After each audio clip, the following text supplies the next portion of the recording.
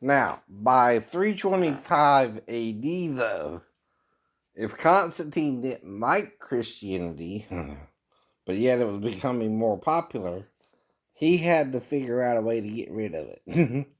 Or at least ruin it or Romanize it to where it would be more appealing. His version of it versus the true version of it, right? Which, like I told you, if you just read the surface of any text, you can take it out of context and change what it's even saying. If you read it as parts instead of as a whole. Why do you think Paul says we know in part and prophesy in part? Well, two parts means, right? Okay, there's a whole message, right? Well, the problem ain't the partial message, it's the whole message you don't want to hear, right?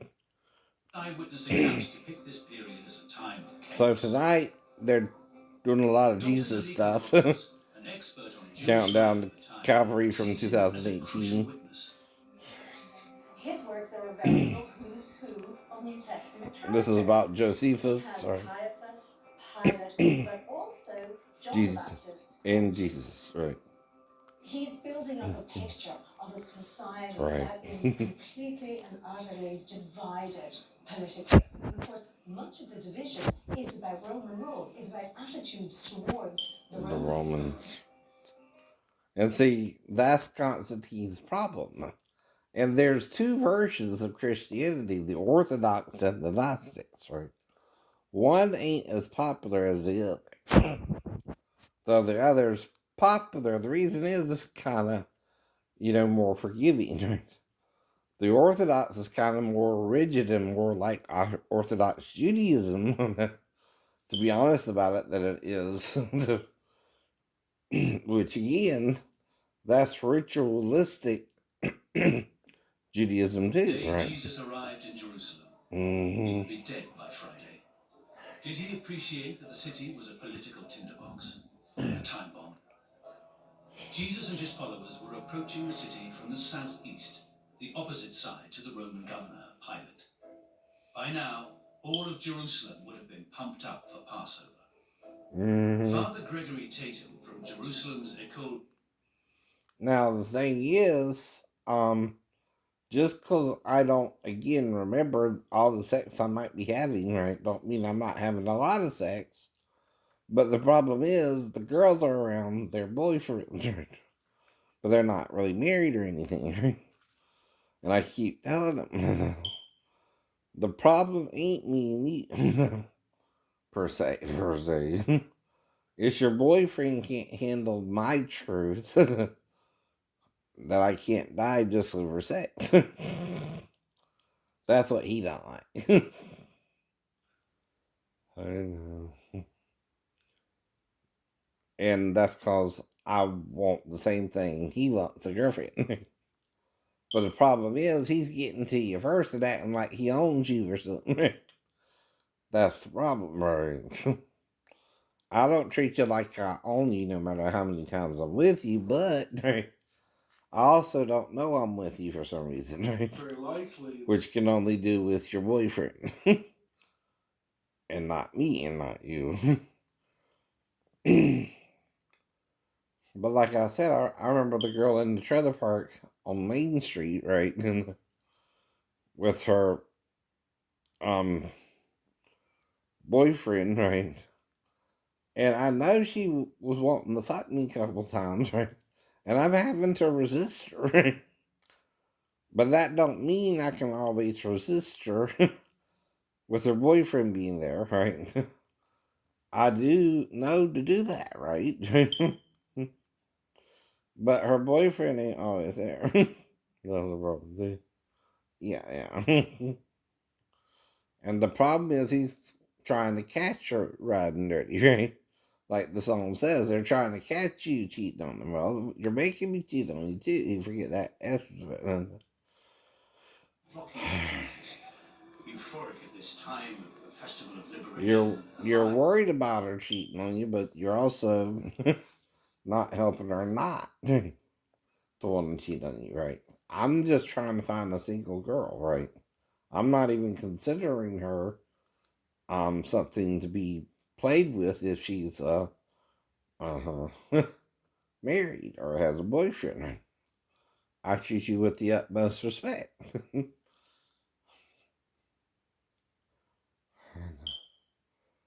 But that's the point about Kelly. I'm not trying to have that with Kelly.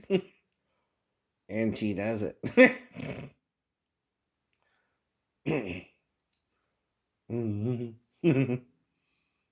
But whatever's going on, it's not about me but her husband. He has the problem of me even eating out at the restaurant, right? Well, that ain't his business. It's not his restaurant. And he's making it the issue there, right? Like I said, he's obsessed with me. And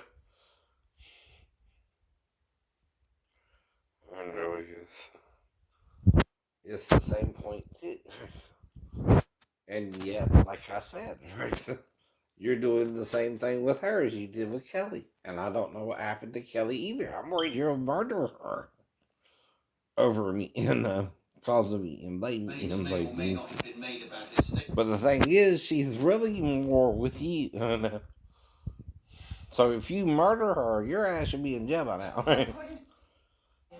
What he wants to show is that's great. Unless you're just, you know, treating her so badly she finally does get pregnant by me, but then you prove it and send her back to Vietnam or something. Right? That's possible too, right? And you're sick. Just because I dreamed of an Asian girl, here's the simple solution. Bring me one and I'll be fine. Right? You don't bring me one, I'm going to keep looking for one. And it ain't got to be an Asian, it's got to just be someone who fits the bill. Right? I told you that too, right? Exactly. But you keep messing with me about it.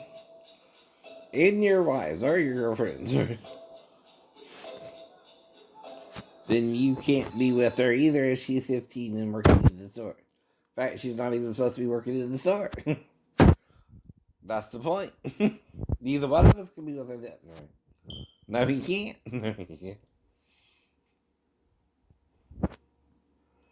Because then she's going to realize the reason you did it is to take advantage of her. Or no. And then she's going to be mad with you, right? And then she's still going to try and have sex with me, right? Because you're making it all about me, not being with an Asian girl. And interfering in my dating life, not me yours, sir. We want the same thing, dumbass, right? You know what I mean? Climbed these southern steps, Mm-hmm. walked these actual streets. So, of course, I want someone who's single, right? But if she's someone around me is married and you're treating her like shit, then I don't judge all that because Jesus didn't either. I know. Whereas Moses did, right? And you see where that got him, right? We're all confused. We don't know what the hell he's the man saying, right? And so was David, right? I mean, he sent for Uriah's wife, right? Now, she ain't this innocent thing there either. And I was watching the Bible today on the History Channel. No, that's not how it went down either.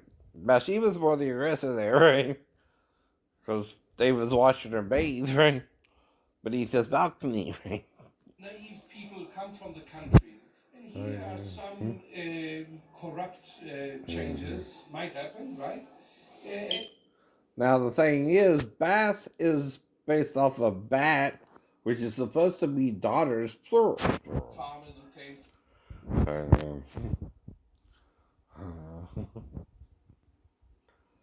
Now, Benai, Benoth, right, place of God. So are supposed to be also Almighty her and Almighty our daughters, right?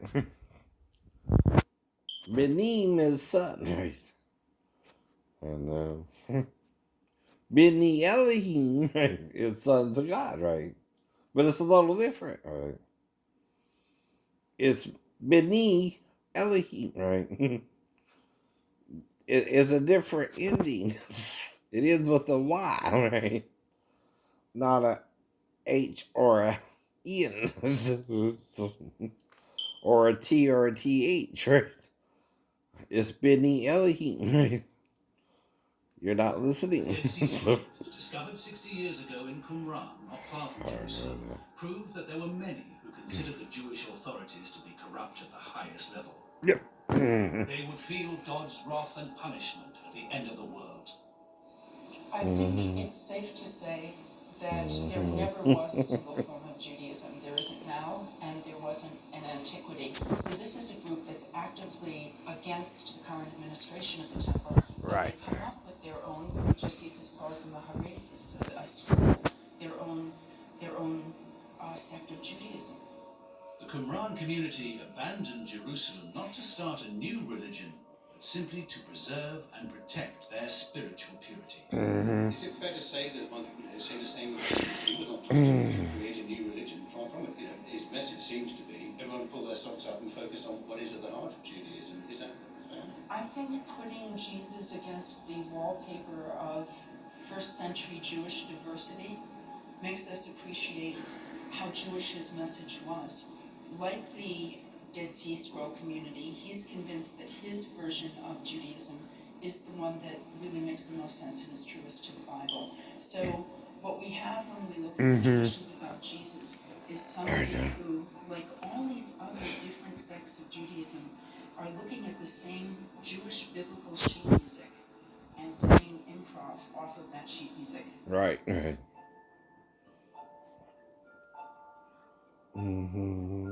Jesus had only been in Jerusalem for a few days, but already his words and actions were making waves. The question has to be asked, isn't it likely that Jesus knew exactly what he was doing?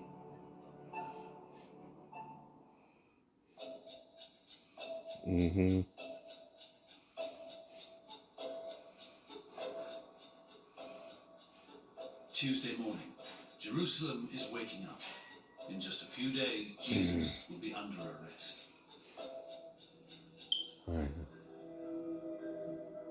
According to the Gospels, after his triumphal entry into Jerusalem and the so-called temple incident, the Jewish authorities became fixated on one thing: killing Jesus.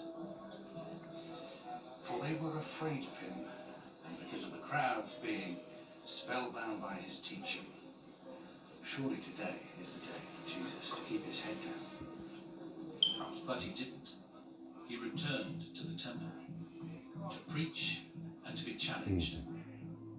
By what authority are you doing these things? Who is it gave you this authority? Is it lawful to pay taxes to the emperor? The priests were trying to catch him out, to make him blaspheme or criticize Caesar. Either would have sealed his fate. But Jesus, a good Jew, understood the power of debate. It's been a part of Jewish culture for thousands of years.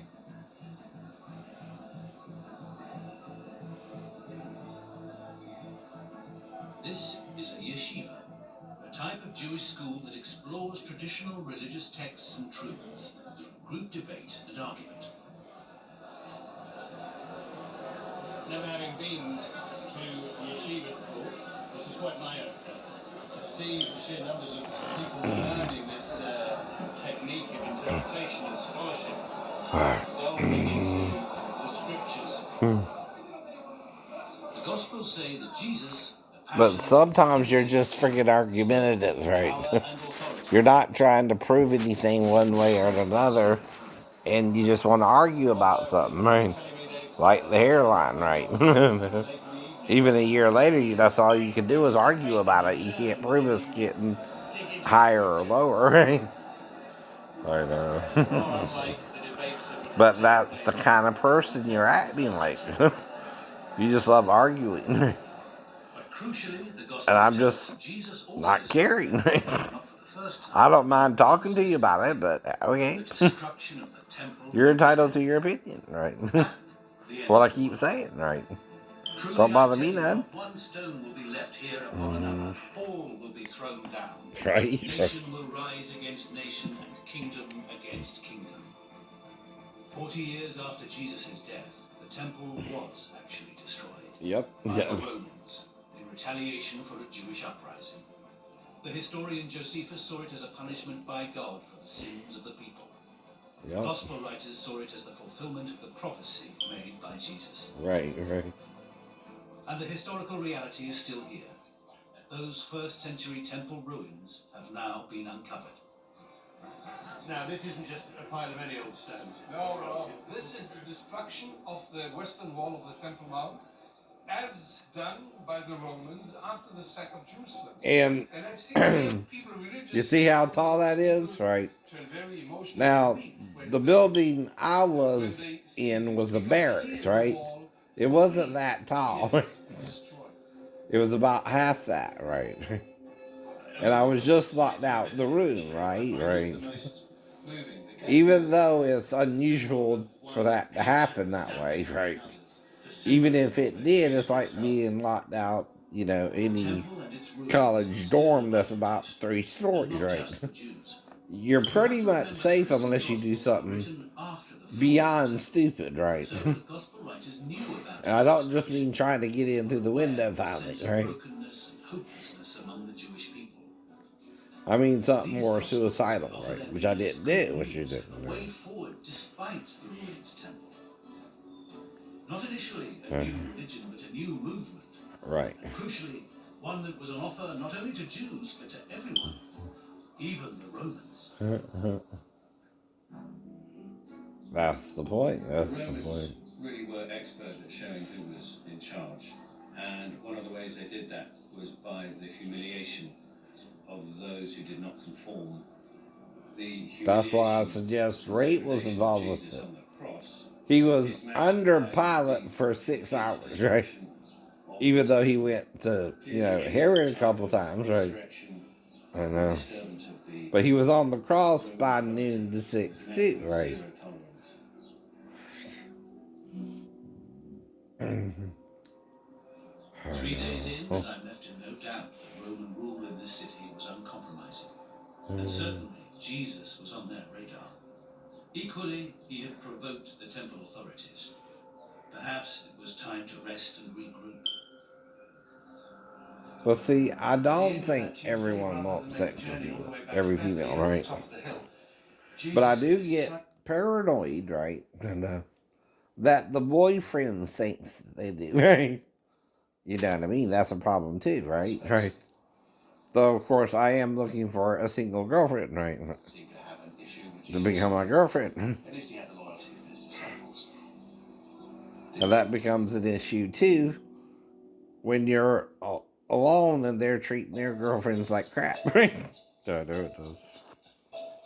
After a while, she's gonna get tired of his ass, right? In our timeline, today is Wednesday, the day that Judas, the thief, the traitor, the devil, agrees to betray Jesus. Was his intention to betray him or to help him? Now, according to John, though, Satan had the energy that's right. But Jesus already called someone else Satan himself. Peter. It means to pass on or hand over. In the Gospels, the word is used about Judas more than 40 times. But over the centuries, it has been translated not as to hand over, but to betray. The way in which modern scholarship would approach Judas is that he was the disciple who handed Jesus over to the authorities. And he might have been chosen by lot too, right? Prodotes means someone who... See, but that's the point, right? Jesus is not building an army, right? Even though 4,000 gathered and 5,000 gathered, right? You need an army, right? To take out Rome, right?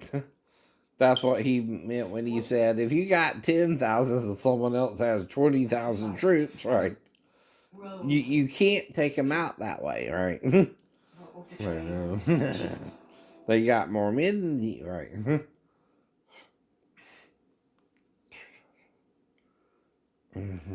He the role of betrayal and treachery in Jewish culture. One of his characters, Shmuel, reaches a radical conclusion about Judas's role in the birth of Christianity. Judas is the secret hero of the entire story. Were it not for him, there would be no Christian church, there would be no Christianity. In a sense, he was a fanatic, a very impatient fanatic. He wanted redemption right now, instant redemption. And the only way to achieve this was for Jesus to walk off the cross in front of the entire world. Right. And Shmuel Right. would probably suggest Right. that Right. were it not for Judas' betrayal, Jesus Christ would have been forgotten like many other Galilean healers and miracle workers. There are so many of them, history is full of them. So in a strange way, Judas is the real founding father of Christianity. Yep. He is the Yep. real founding father of the church. I know these are very, very provocative words to Christian ears, but these are the words of my protagonist, not mine. Don't crucify me. That's The way that you're going, you're gonna crucify me. working Right. with Jesus to fulfill his destiny or plotting against him. The authorities needed a way to confront this rebel preacher. Because tomorrow, Thursday, was the eve of Passover, and nobody wanted trouble then. Right.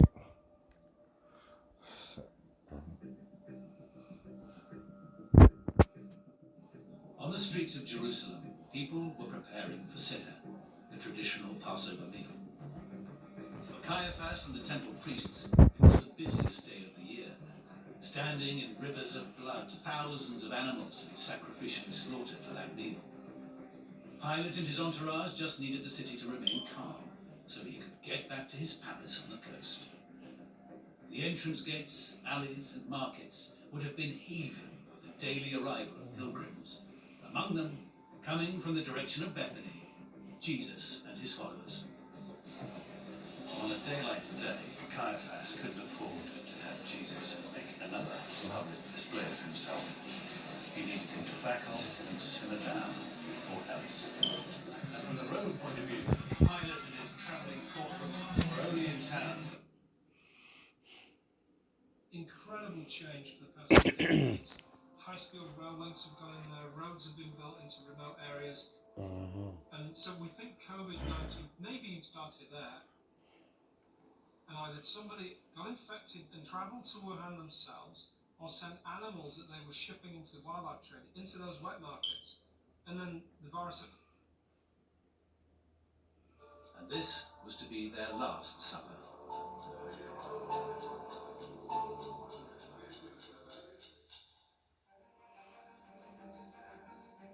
I want to better understand what was stirring on that night 2,000 years ago. The underlying political tensions at work. While all across the city, people dined together. How popular would you have to be to get Pilate? Well, yeah, I mean, how much of a ruckus would you be having to cause to get Pilate and Caiaphas really edgy? It doesn't take a political genius to think that this man is going to upset the apple cart. And particularly when you think also of the religious libretto of the holiday, which is a festival of liberation. Right. I mean, the whole mix is so combustible. Yeah, particularly if you've been in the temple and you've said something negative about the temple and you've done something at the temple. I mean, that temple Helen Bond. would be enough to make Pilate and Caiaphas take note, and particularly if you've got a following. And is it usual to arrest people at night? She could pass for Diana. Mark A little says bit. A little bit. specifically that the chief priests decide that he has to be ambushed in secret, lest there be a riot among the people. Arresting at night is clearly so as to avoid massive bloodshed. No one wants that. That's bad for business. They knew that if they decapitated the movement, the popular enthusiasm would stop. Turns out they were wrong.